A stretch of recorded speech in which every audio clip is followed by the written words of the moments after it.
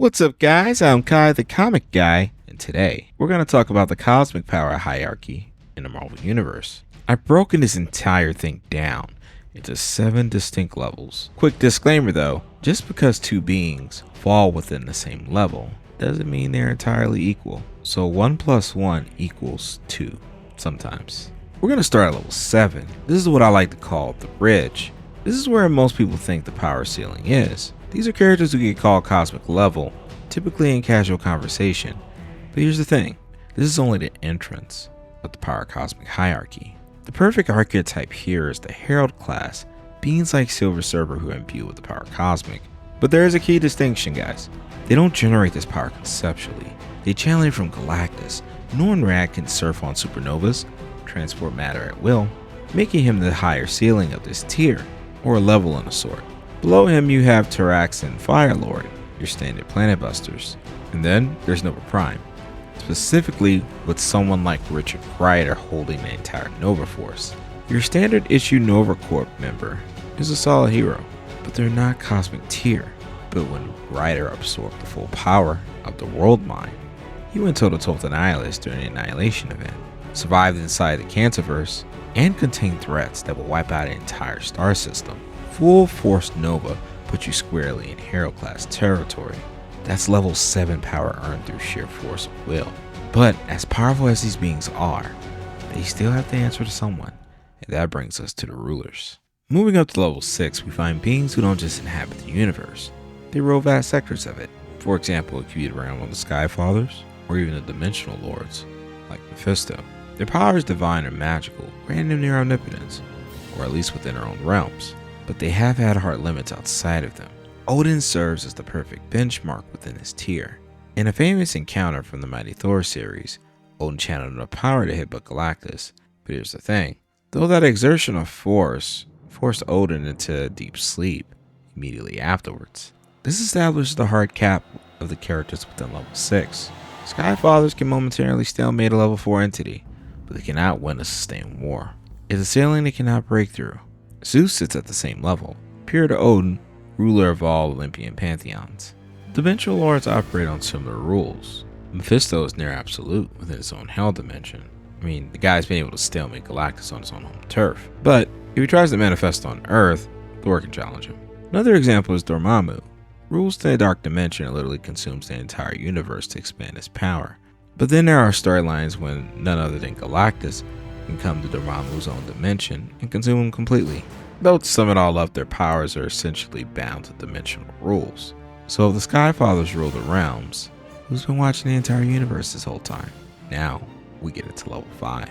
The level 5 consists of entities integral to the universe's structure who pretty much rely on primordial cosmic energy or advanced technology rather than divine worship. These are the beings who have been here since the beginning, watching, waiting, and playing games with reality itself. The Watchers, Utu being the most famous, possesses near omnipotent awareness along with some pretty advanced technology. They can observe all timelines simultaneously, while sworn to non-interference, which, while two families he breaks at times, they can hold back a level 6 threat when they choose to act. Though, the key word is choose. They have the power, and just don't always use it.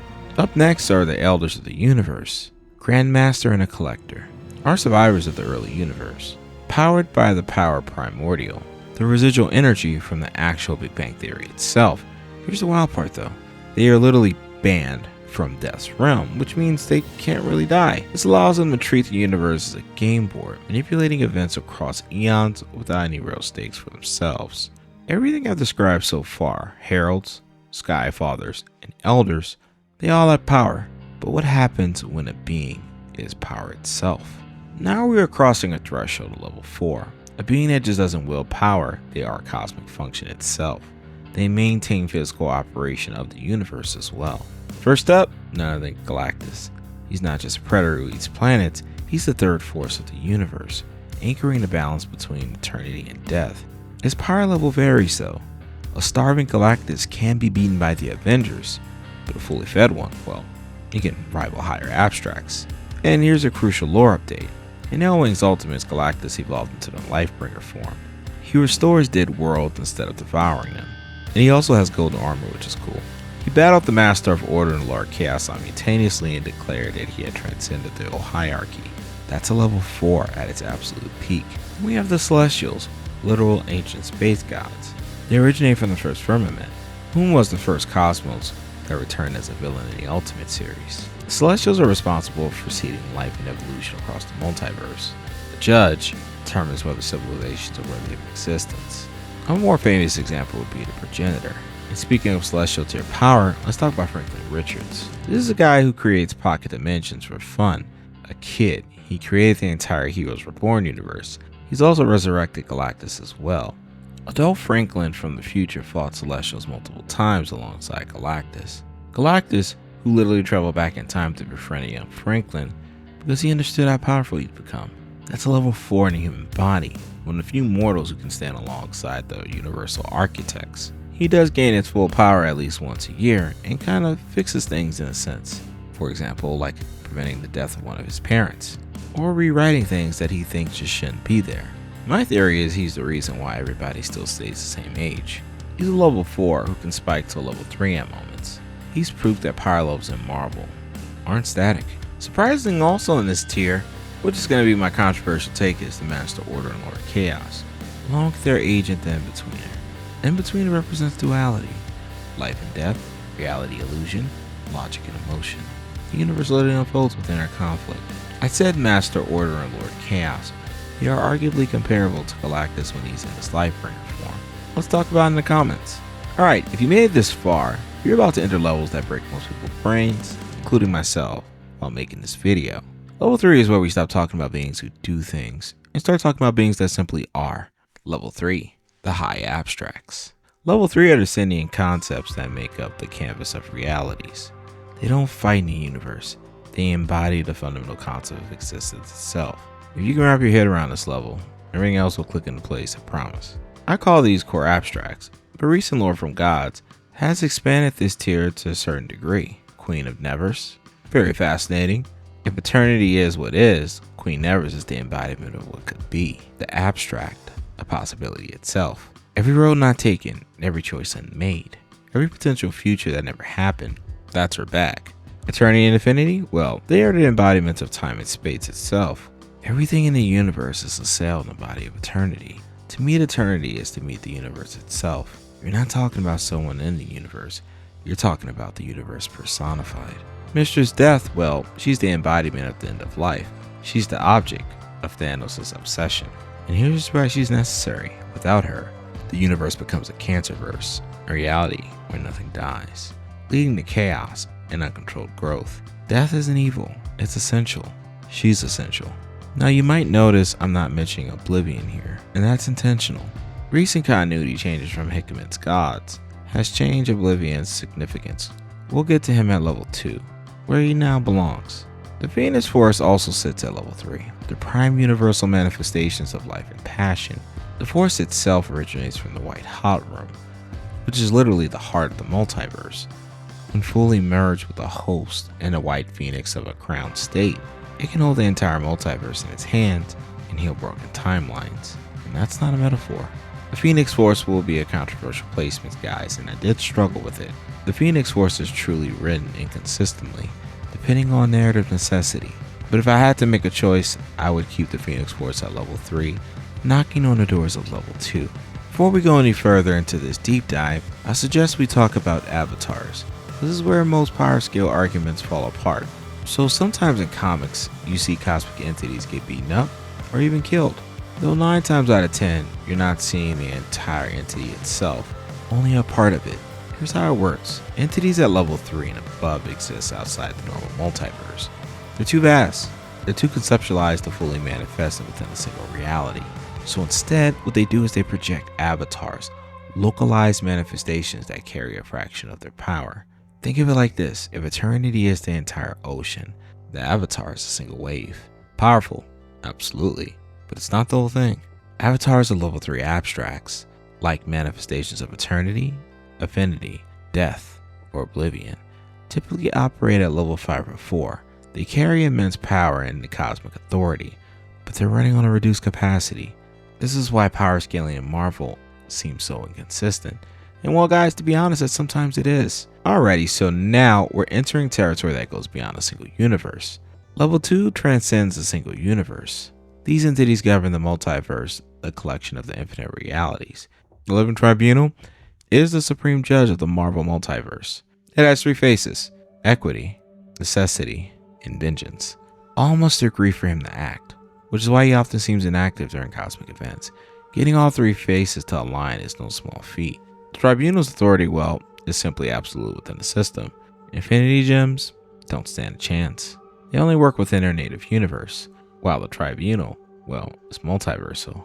But here's the twist: even Tribunal can be killed. The Beyonders, also called the Ivory Kings, sit at this tier as well.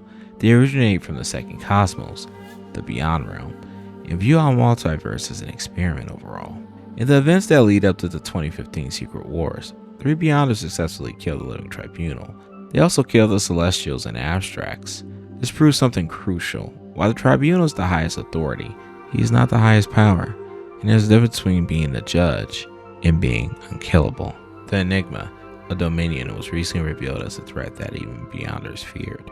This is likely what prompted their attempt to destroy the multiverse in Secret Wars. Even level 2 entities have things that scare them. We also have the Molecule Man, Owens Reese, at this level.